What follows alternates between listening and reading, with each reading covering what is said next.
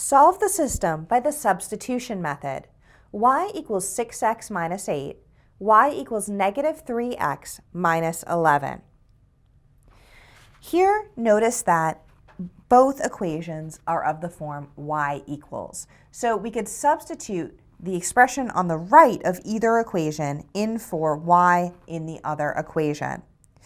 Let's take the expression for y in the second equation, negative 3x minus 11, and substitute it for y in the first equation. When we do that, we have negative 3x minus 11 is equal to 6x minus 8. Now we have a single equation with one variable, and we can solve for x.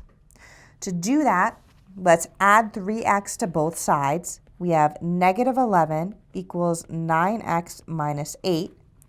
We'll then add 8 to both sides, and we have negative 3 equals 9x.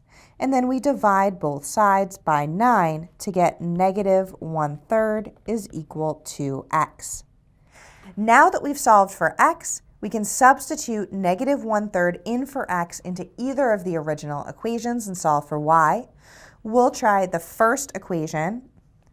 So we have y equals 6 times negative 1/3 minus 8.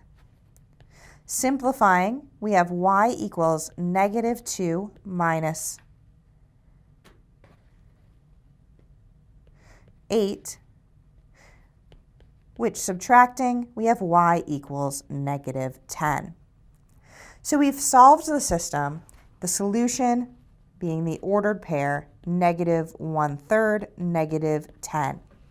We should always check that our solution is correct by substituting it into both of the original equations.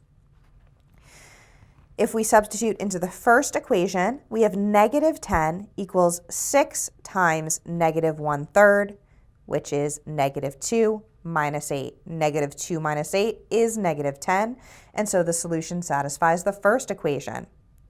For the second equation, we have negative 10 equals negative 3 times negative 1/3, which is 1 minus 11, which is equal to negative 10.